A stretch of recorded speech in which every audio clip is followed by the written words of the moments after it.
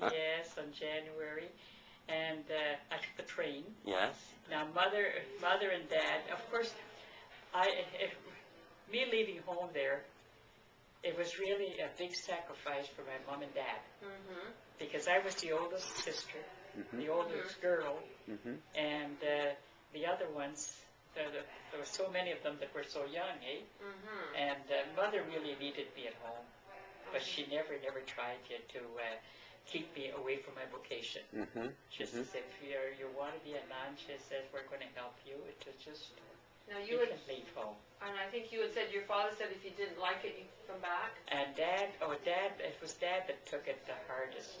Of course, I was leaving a really loving mother and a really generous and loving dad also. And I had 7 brothers and 4 sisters. And there was a family that really, it wasn't easy to leave them. And so my dad said, all right, Rita, he said, you're going there. But see, you have to go be a nun to be saved. He didn't really want me to be a nun. Okay, yeah. And so I said, if they're not nice to you, you come back. Don't stay there. Now, what did your mother say? Did she ever say anything about going, or? No, mother she encouraged me. Okay. She encouraged me. Yeah, she was. Well, I don't know. Mother is, she thought, well, I was going to the convent there, and I'd be happy there. And so she wanted me to be happy, so she left me there. And so when I got to Ottawa, I want to hear about you told me about, so it was just your parents that drove you to the train station, yeah, right? It was just my parents drove me. So do you remember saying goodbye to your brothers and sisters? Oh, well, they were, some of them were not even up.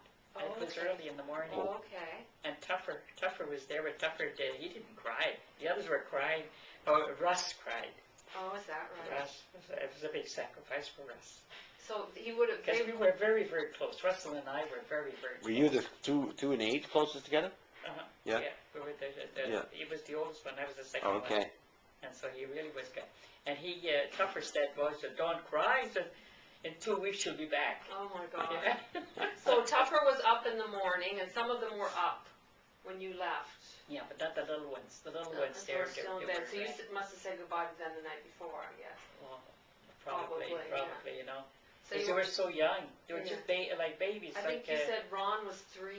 Ron was 3, and Lorraine then was Lorraine. She was about, wait a minute, she was 18.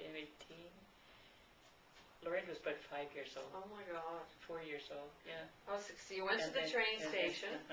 And then after I took the train, then I took the train all by myself. Yeah, I remember I asked you, I said, was it an adventure? And you said, no, you cried the whole way. It wasn't an easy one. Oh, it wasn't my easy, God. no. And it was my Aunt Winnie living in Ottawa. I don't know if you ever met my No, Aunt Winnie. she said, who's Aunt Winnie? And I said, I'm not sure who Aunt Winnie is. Who were kids, or what was the connection? No, I don't think you knew them. They live in Ottawa. They all lived in Ottawa there. So this it was Winnie Gauthier, or Flo? No, hers was Loyer. Was she Grandma's sister? Yes. Okay. Yeah, mother's sister. Mother's sister. So we went there, and then after we went to the mother house. She drove. Okay. I stayed over there for the night. Okay. And then the next morning, the next afternoon, we went to the mother house. And there from the mother house, there's where I asked, when I came to the mother house, of course, first thing I asked for Mother General.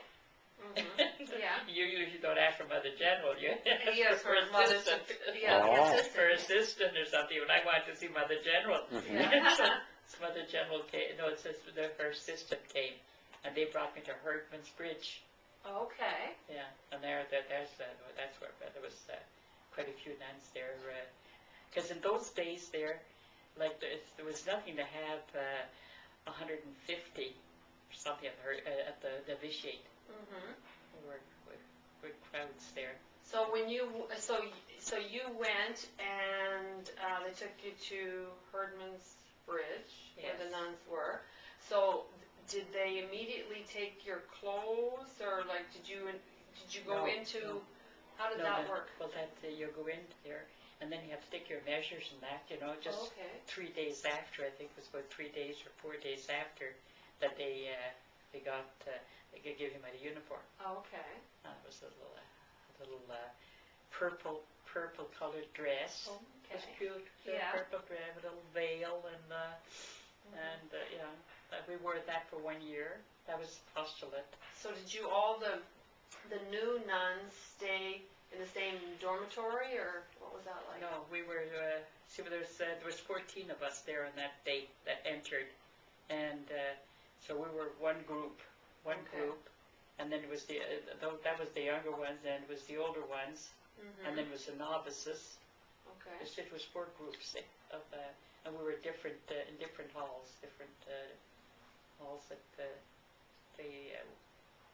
where we were. Okay. So did you have some of the girls, were they upset, homesick, or? Some of them didn't last very long. Is that right? No. No. There's some of them after a week there. Yeah. No, they were too lonesome. Oh. So they left. But I felt when I entered there, I felt at home right away. Okay, so once you got off the train and all that, and I went. I was it was very I was happy there. Okay. I was happy and I made friends right away. Okay. I made friends right away and just and then it was the chaplain there, the priest. Well, I wanted to have I told you that with my beads. I wanted to have my beads blessed. In English we say beads, eh? Yes. Our prayer beads. Yes. In French, we don't say chapelet. We don't say mes chapelets. Like we don't say that in plural. Right. Chapelet. So I asked him if he wanted to bless, voulez-vous bénir mes chapelets? He says, how many have you got? Oh, yeah, the plural. I said, I only have one. He said, why do you say mes chapelets? I says, that's not okay. And so he says, so after that he wanted to, our mistress of novice, our mistress of novice, he said, it's just one postulant there, he says, she doesn't seem to know much French. And so right away, the mistress of novice says, oh, that must be the one that comes from Pembroke. Yeah. And so he asked me, he said, and so she told him, she says, the priest wants to see you in his office. So I went down, and they started questioning me about my things like that in French, what I knew about French. And then after all his sermons and everything, I had to, usually I went down in his office and he questioned me. And he was very good. He even brought me English books. Oh, okay. Yeah, English books and everything. Just, so Very nice. But the training was in French, because you were with the French congregation, right? Yeah, Well, it's because, do you know why I entered the French congregation? I don't know if you remember Father Zipfel. No. Maybe it's No. before you. Okay, Yeah. he used to take care, he used to come and teach, give us catechism lessons and that at the French school. We had no French school. We had French classes in the English school with the Immaculate Conception nuns, the Grey nuns. But the Grey nuns from Pembroke, they were with us before they entered. When they entered in Ottawa. But then there was a problem there, French and English. All their prayers and everything, and all their sermons, and so that was in French.